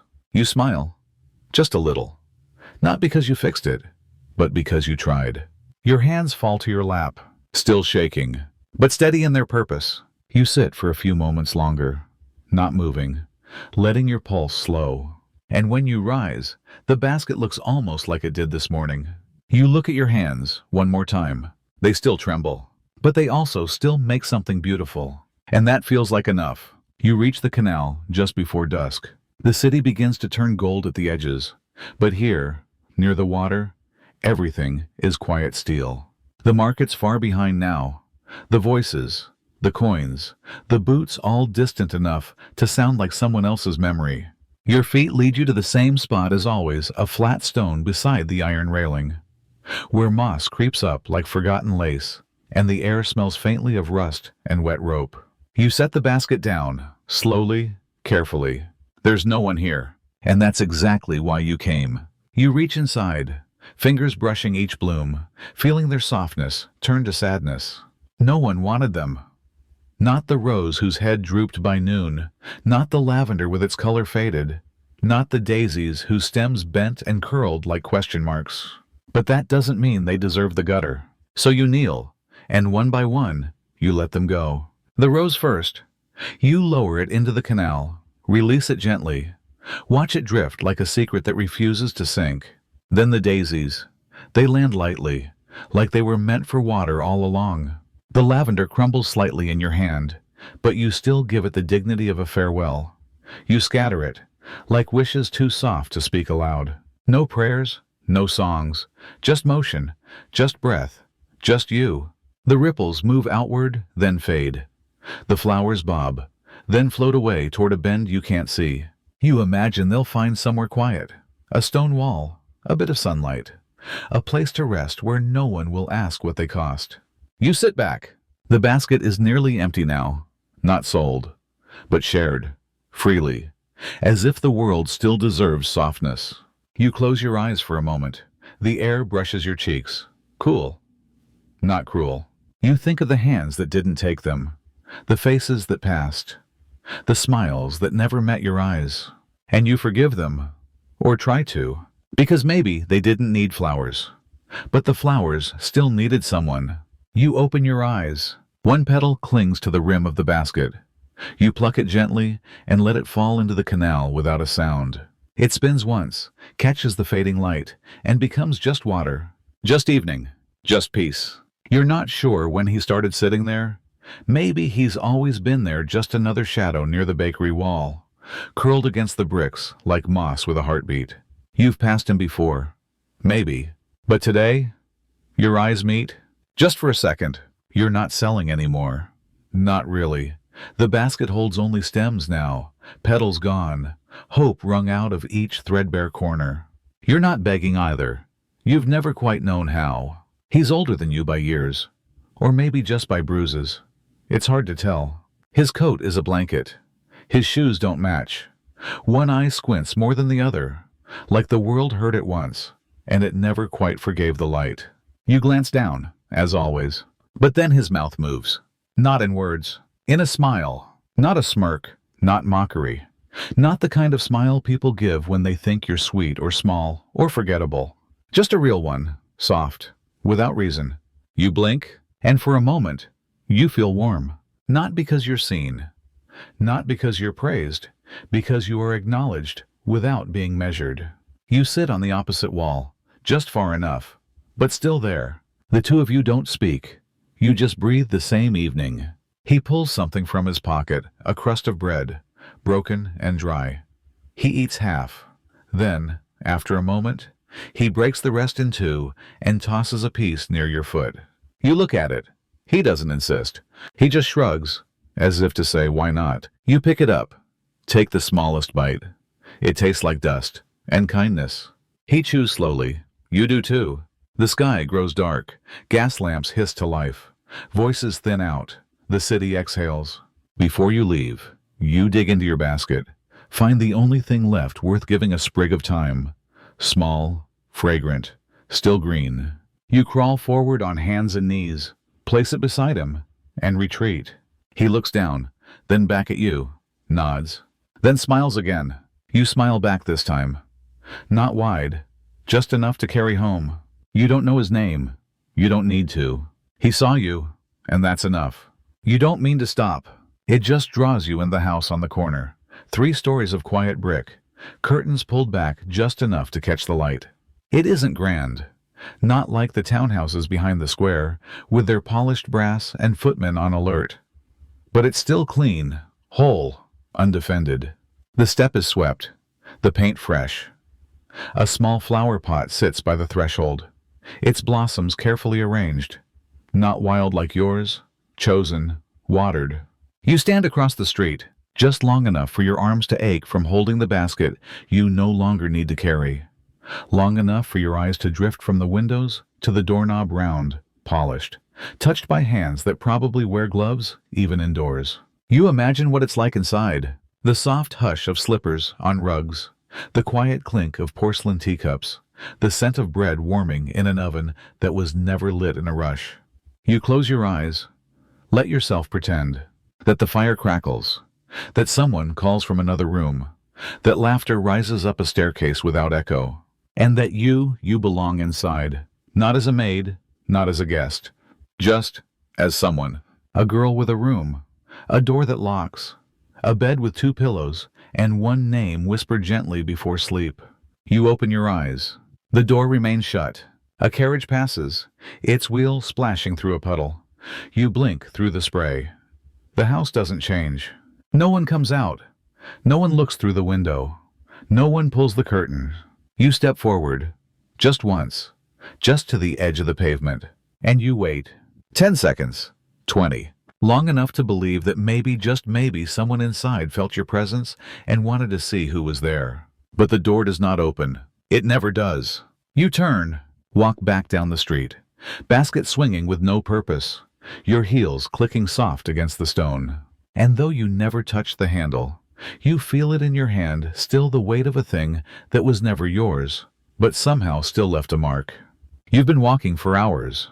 Your feet don't hurt anymore. Your hands no longer sting. You can't tell if that's comfort or the kind of numbness that settles in when your body gives up asking for warmth.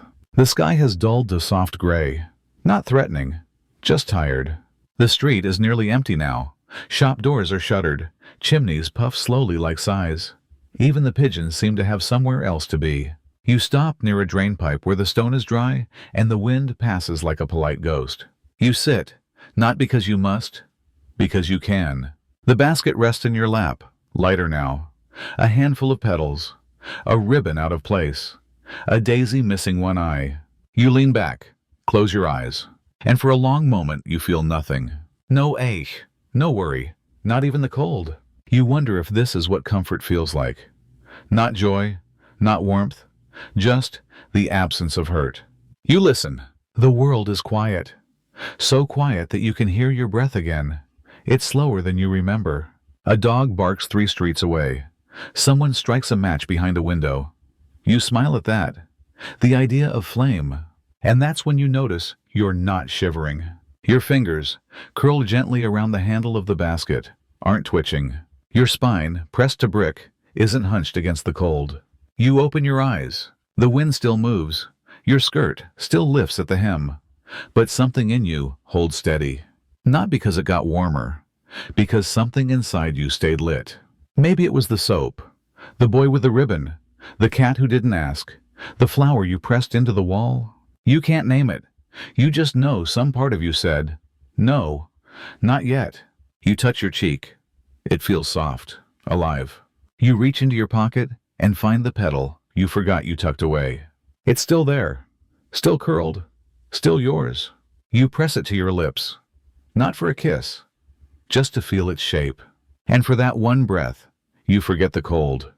Because the warmth is coming from somewhere no frost can reach. You don't see her coming, just the quiet sound of boots that don't rush. Not the sharp tap of someone with purpose, nor the scuff of someone lost. Just steady, even steps. You're sitting again, near the edge of the square, where the streetlight doesn't quite reach, and the bricks keep a little of the day's warmth. You're not offering flowers anymore. Not today. They've wilted in your lap, curled inward like they, too, want to rest. She passes close, a woman in a plain wool coat. Not fancy, not poor. Face hidden by a scarf drawn up to her cheekbones. You don't look up. Not fully. Just enough to let her pass. But she slows. Not stopping. Not turning. Just slows. And as she steps beside you, barely within arm's reach, she leans the smallest bit closer and says so softly you almost miss it. I see you. That's it. No coin, no smile, no name. Just a whisper folded in the air like a secret note slipped between strangers. You freeze? Not in fear, in wonder. Because no one says that. Not to girls like you. They say move along. They say not today. They say nothing at all. But this was different. Not pity, not charity, just recognition. Like you were real, present, a person worth noticing. You turn your head, slowly, but she's already gone. Her coat fades into the crowd. The scarf, a streak of gray. Her shape swallowed by the fog. You hold still, let the words settle. I see you. They echo once, then melt, then tuck themselves into your chest like warmth that doesn't need a fire. You exhale. The air steams from your lips. You look down at the basket. One flower remains, somehow a violet, barely open. You lift it, hold it gently, and whisper to no one. To everyone, I'm still here. You didn't expect sunlight. Not now. Not here. The day has been gray from the start, a quiet kind of dull. The color of dishwater and old tin. You've walked in it, sat in it, spoken softly through it. But now, as you rest near the edge of the square on a flat stone warmed only by memory, the clouds shift. Just slightly, just enough. And then, like someone pulling back a curtain, light appears. It lands first on your shoes, worn leather, cracked at the toe, then up your skirt, across the curve of your wrist, into the basket, where one soft violet still holds itself upright, too tired to bloom, too proud to fall. You blink, the warmth startles you, not hot, just real. You tilt your face toward it, eyes half closed, as if to sip it slowly, and for a moment you forget the city, forget the carts, the shouting boys, the way people look away, forget the hunger sitting just beneath your ribs. You just sit there where the light hits the stone and feel it, like permission, like forgiveness, like being touched without being taken. You open your hand, palm turned upward, and watch how the sunlight slips through your fingers, like it's trying to stay with you. You smile, not for anyone, not even for yourself, just because it's what your face does when something good, however small, happens without being asked. A child walks past. She notices you in the light, tugs her mother's hand, points, but doesn't speak. You don't move. You let her look. Let her see that not everything beautiful has to be grand. That sometimes the softest thing in the square is the girl no one sees who glows gold for 3 perfect minutes. The light shifts again. Clouds roll back. The moment ends. But the stone is still warm beneath you, and your skin remembers. You rise slowly, lift the basket, tuck the violet deeper inside, as if you're cradling the sun itself. You walk on, feet light, shoulders straighter, and though no one calls your name, and no one hands you coins, you carry something richer, a trace of light, a breath of warmth, proof that even here, even now, the world still remembers how to be kind for no reason at all. It happens quickly, so quickly you almost miss it, almost think it was a dream. You're standing in the shadow of a statue, out of the way, fingers curled tight around your basket strap. The day is soft around the edges, not bright, not dark, just in between. People pass, as they always do. And then someone slows, a figure in a green coat, worn at the cuffs, moving with purpose, but not haste. You barely glance up, until you feel it, a hand brushing yours, not grasping, not shaking, just pressing something into your palm before you can react.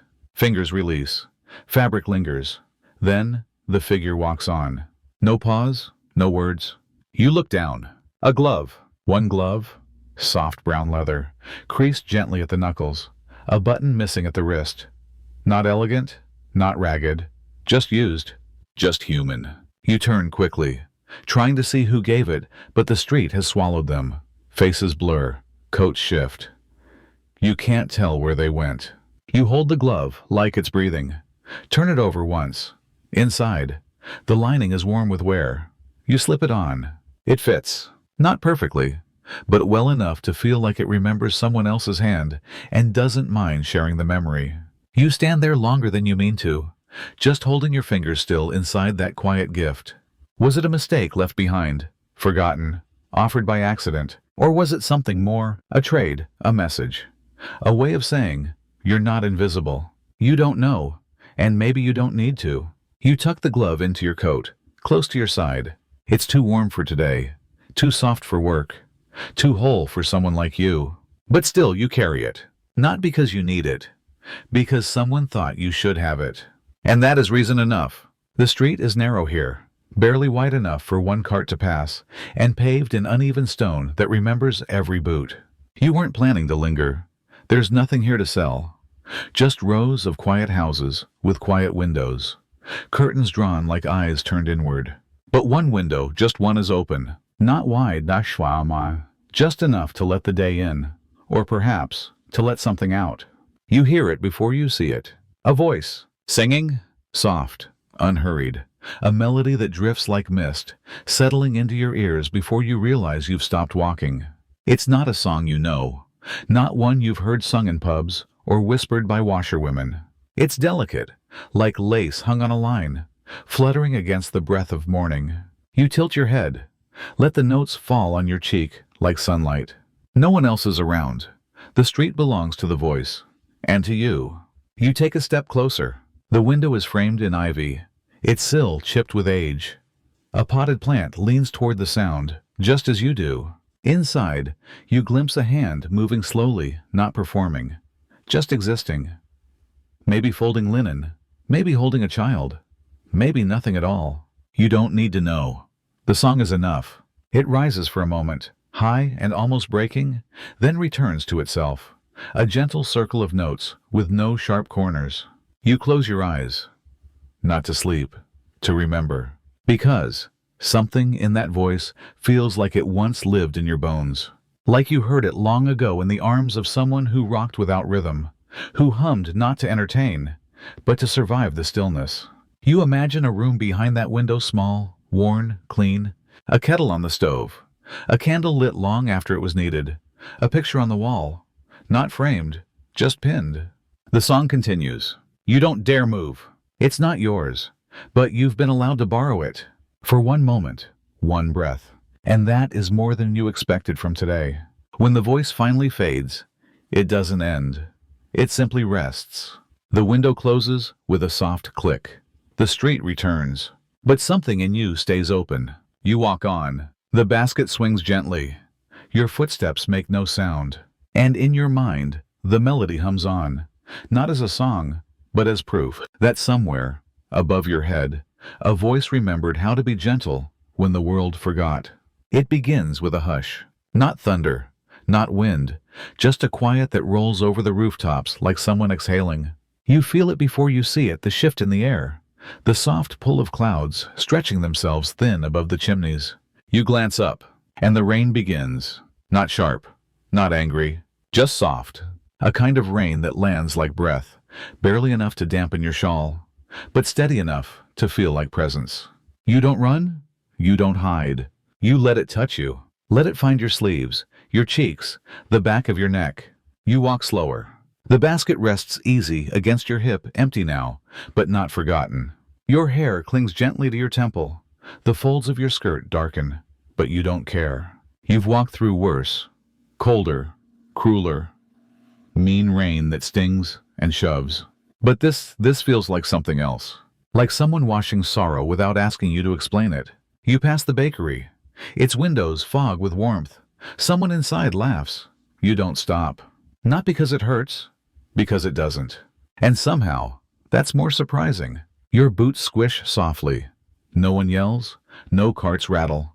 Just the pat, pat, pat of droplets finding their way home. You lift your face. Let the sky see you.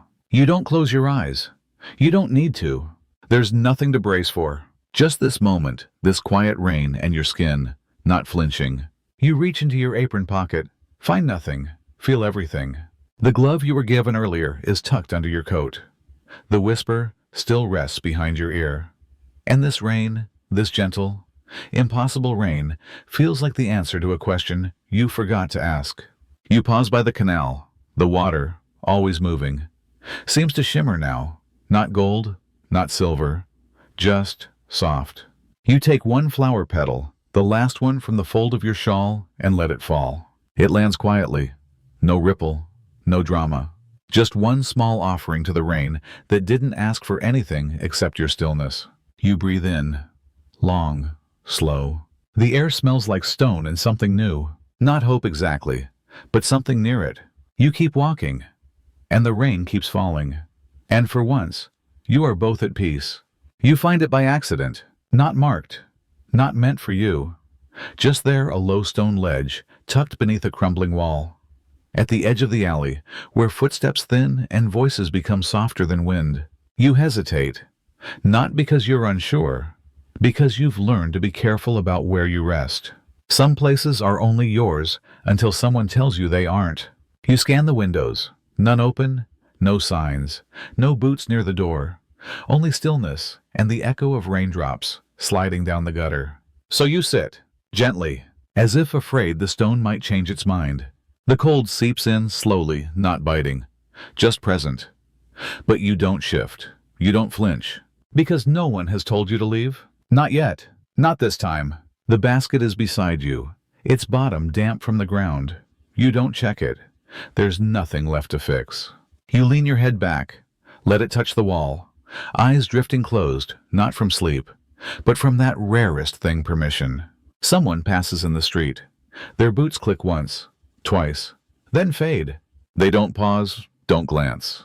And somehow, that feels like mercy, because you're not interesting enough to remove, not troublesome enough to erase. You are simply background. And for once, you don't mind. The ledge is narrow. Your knees curl toward your chest. Your hands tuck under your arms. And still you are safe. A drop of water slides from your hair, lands on your wrist. You don't brush it away.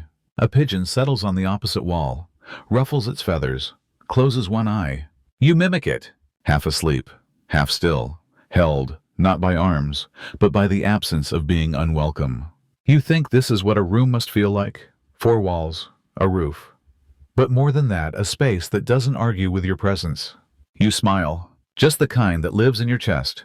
Because in a city full of locks, you found a stone that didn't say no. And sometimes, that's all survival needs. Just one place to sit where no one sends you away. It doesn't tear all at once. First, a thread loosens near the corner. Then the weave pulls wide. Then, one side begins to sag, barely enough to notice until something falls through. You don't hear it at first, only feel the weight shift, the balance change.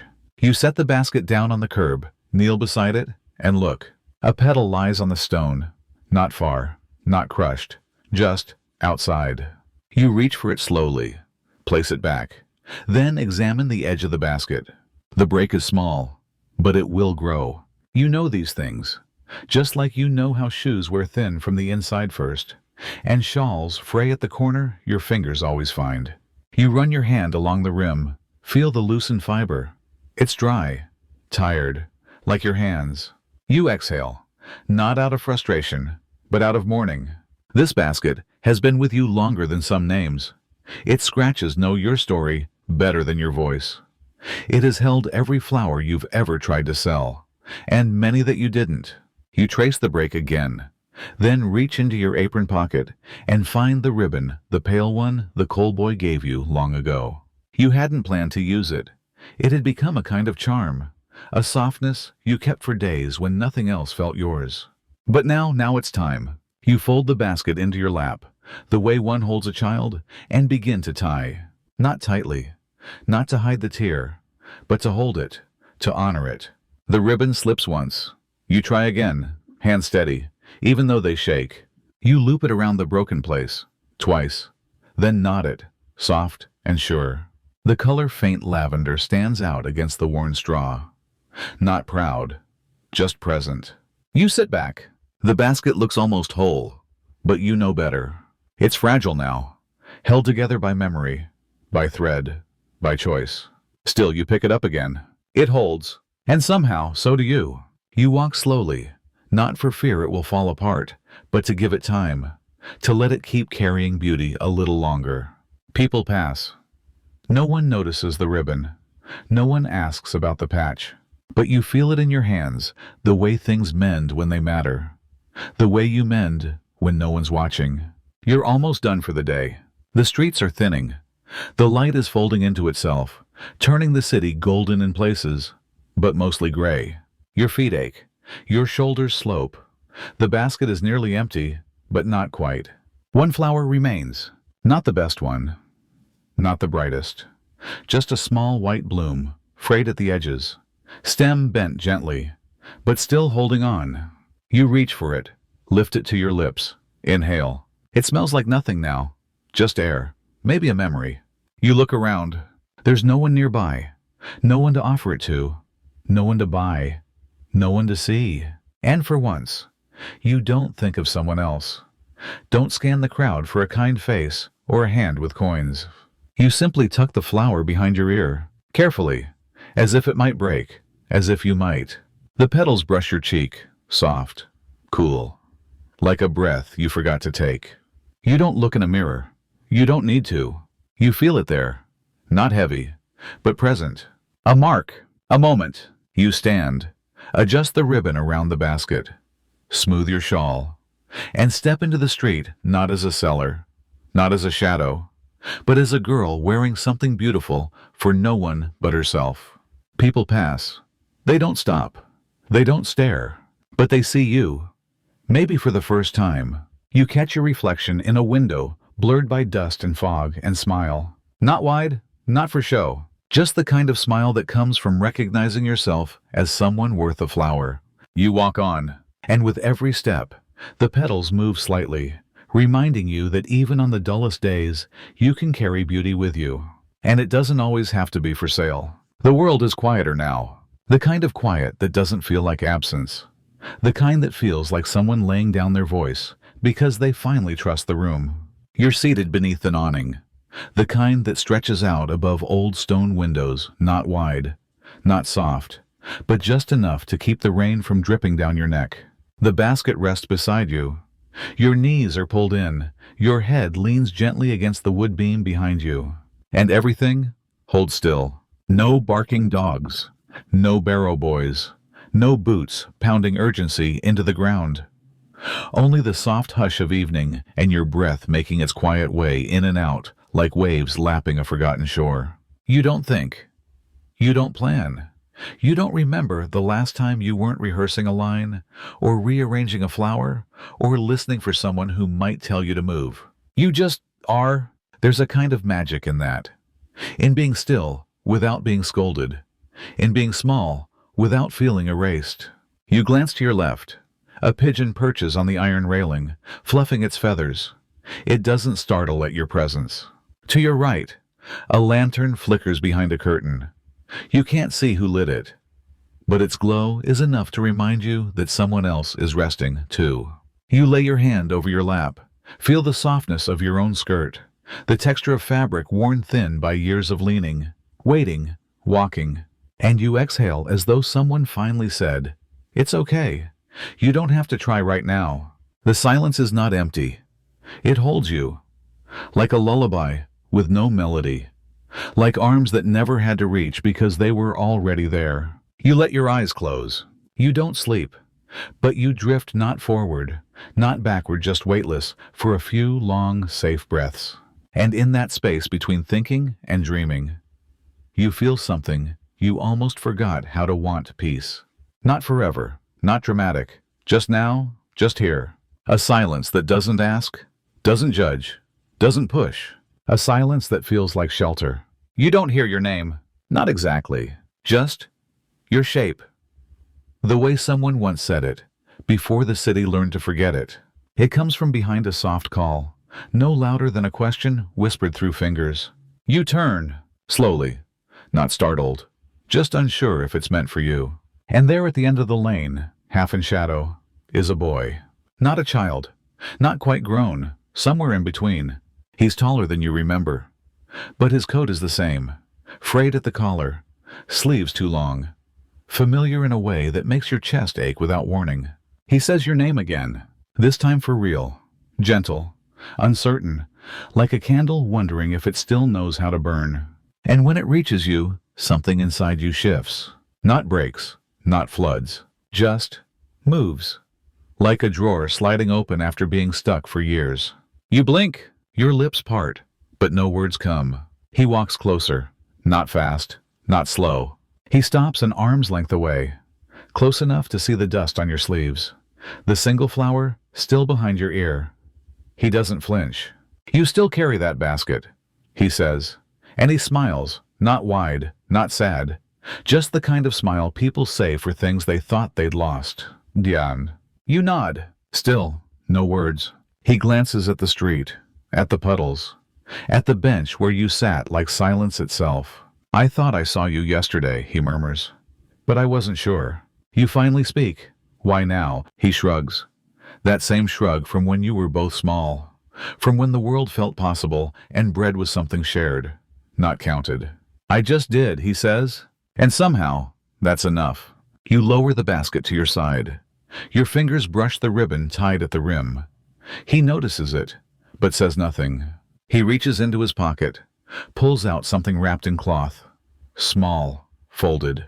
"I kept this," he says, offering it, for no reason, just in case. You take it, unwrap it. Inside a pressed flower, flat, faded, but still whole. You remember. It was from a garden you both broke into once. He climbed the wall. You watched. He handed the flower down to you like it was a treasure, and you carried it in your pocket until it tore. He must have saved the other half. You run your finger over the fragile edges. It doesn't crumble. It stays. Your breath catches. And for the first time in a long while, you feel like maybe, just maybe, you belong to something again. Not a home, not a room, but a voice that remembered how to say your name like it still meant something. Night comes gently this time. No sudden wind, no warning bells, just the slow dimming of windows, the hush of footsteps softening into the stone, the lamps flickering to life like tired stars remembering how to glow. You find your way to the familiar corner, not warm, not dry, but yours. The wall curves just enough to lean on, the stoop just wide enough to hold you without asking questions. You curl in slowly, knees to chest, basket at your side, hands tucked between layers of shawl and silence. Above you, the rooftops fade. Below you, the city breathes in sleep. You close your eyes, not because you're tired. You've been tired all day, but because for the first time in a long time, it feels safe to let go. And in the space between breath and sleep, something stirs. A dream, not vivid, not wild, just waiting. It's been there all along, curled up inside your ribs, patient and quiet, too shy to arrive while the world was still watching. Now it steps forward. In the dream, you walk barefoot through a garden that smells like every flower you never sold. The path is warm. The trees do not look away. The wind calls you by name, your real name, the one no one has said in years. You are holding nothing, and somehow you have everything. A small child offers you a flower with no price. A woman braids your hair. A boy with kind eyes smiles at you like he never left. And no one asks where you've been. No one asks what you've lost. No one asks you to move. They just let you be. You breathe in, and the garden breathes with you. You wake just before the rain comes. A single drop on your cheek, then another. You open your eyes to the same city, same stone, same hunger tucked under your ribs. But the dream lingers not as a wish, but as a thread. Something small, something warm. You pull your shawl tighter, smile at the street, and whisper, "I'll go back there again. Not tonight, not tomorrow, but someday." Because the dream waited for you. And now you know how to wait for it. You've walked this path 100 times, maybe more. And yet, today, as your feet trace the same curve of cobblestone, as your fingers brush the edge of the same shuttered stall, something feels different. Not heavier, not lighter, just known. You pause beneath the bakery sign, the one that always creaks in wind but never falls. And for the first time, you really notice what you're holding. Not the basket, not the coin, not the flowers, there are none left today, but everything else. A glove tucked deep in your coat, given without question. A threadbare ribbon tied at the handle of the basket. Faded lavender from the coal boy's hand. A petal folded in a square of paper, soft as memory. The whisper from a stranger still resting behind your ear, "I see you." And a song, the one that came from the open window, still humming inside your chest, like it belongs there now. You didn't ask for any of these things. You didn't plan to keep them. But somehow, they stayed. And they became what you carry, without knowing, without effort. Each one a thread, a trace, a quiet you mattered tucked between your heartbeat and your breath. You stop walking, set the basket down, press a hand to your chest, and for a moment, you feel full, not with food, not with rest, but with the weight of gentle things that chose to stay.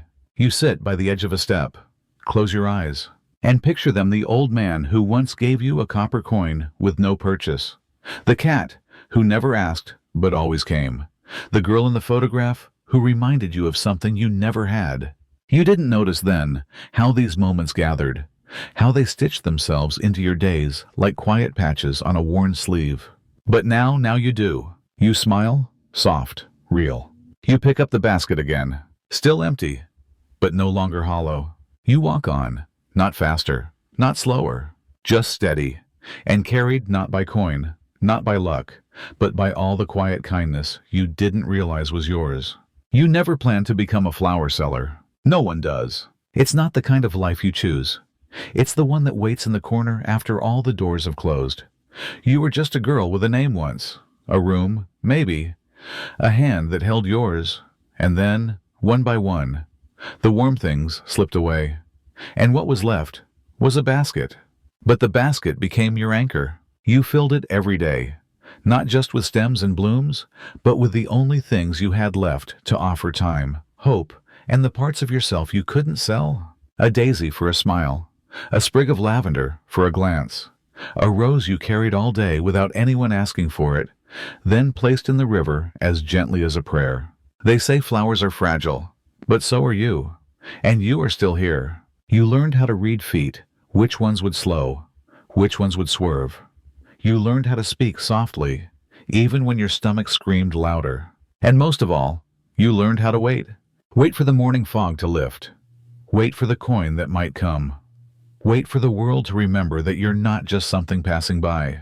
But the world is not always cruel. Sometimes it gives you a whisper from a stranger, a smile from someone with nothing left, a ribbon from a boy who couldn't afford bread, but still thought beauty was worth sharing. And in those moments, those small, breakable moments, you weren't invisible. You were seen, not as a seller, not as a shadow, but as someone. You once pressed a petal into a crack in the wall, not because it meant anything to anyone else, but because you wanted to leave a softness behind in a place that had only ever given you stone. That was enough. You once looked into a puddle, not to admire yourself, but to remind yourself you still had a face, you still had eyes, you still had the strength to lift a flower and say, "This is worth something." And if you could say that about the flower, then maybe quietly you could say that about yourself. You slept beneath overhangs, beside cats who came without asking. You wrapped petals in scraps of paper, not to sell, but to remember that things that wilt can still be beautiful. No one ever taught you that. You taught it to yourself, every day, in the way you touched the flowers, in the way you rearranged them even when no one came, in the way you gave the best one to yourself, not because it was fair, but because it was time. You don't know how long you'll carry the basket, or how long the streets will keep opening in front of you. But you do know this. You are more than the petals you sell. You are more than the daisy someone tossed aside. You are the ribbon, the whisper, the silence that shelters. You are the girl who pressed a flower into a wall and made it mean something. And even if no one remembers your name, the stones remember. The rain remembers. The soft weight of the basket remembers. You have been here, and that is enough. You've walked the full length of the day, from shadow to shadow, from hope to almost, and now the city, like you, is tired. The cobblestones no longer echo. The lamps blink slowly overhead, and your feet, still moving, no longer remember where they meant to go. You find your place again. That same curve in the stone, that same patch of wall that never asked you to leave. You sit, not to rest, but to stay, for just a while longer. Your basket is empty, but not your hands. They still carry the weight of the flower you didn't sell, the one you placed behind your ear, the one that reminded you you're allowed to have something just because it's beautiful. And now that flower is fading. Its edges curl, its color softens, and you don't mind. Because some things are not meant to last. They're meant to accompany you just long enough to keep going. And that's exactly what it did. No one stops you tonight. No boots, no shouting boys, no gloved hands that pull away. The city lets you be, lets you lie down, lets you draw your shawl up to your chin and breathe into the folds. Above you, the stars forget their stories. The moon is just a coin the sky forgot to spend. And you are quiet. Not because the world silenced you, but because you finally chose to say nothing and let the silence speak for you. Even now, as sleep pulls at your ribs, you still feel them. The ribbon, tied with coal-dusted fingers. The soap, wrapped in paper you didn't dare unwrap too soon. The song, still humming in the folds of your coat. The pressed petal, soft against your heart. They are not riches. They are not names. They are not homes. But they are yours. And in a world that often took, they stayed. Long after the flowers stopped blooming, long after the coins stopped clinking, you realized the basket wasn't just for selling. It was your proof that you showed up, that you tried, that you carried what was worth carrying even when no one asked you to. You held beauty until the very end. And tonight, you've laid the basket down beside you like an old friend who walked every step without ever letting go. So close your eyes. The streets are safe now. The wind is softer. The ground is no longer cold, only real. You can dream again, not of mansions, not of feasts, just of daisies that never drooped, and windows that never closed, and a city that, for one night, remembered how to be kind. Sleep now. You are the girl who gave the last flower to herself, and that is more than enough for any story to end softly.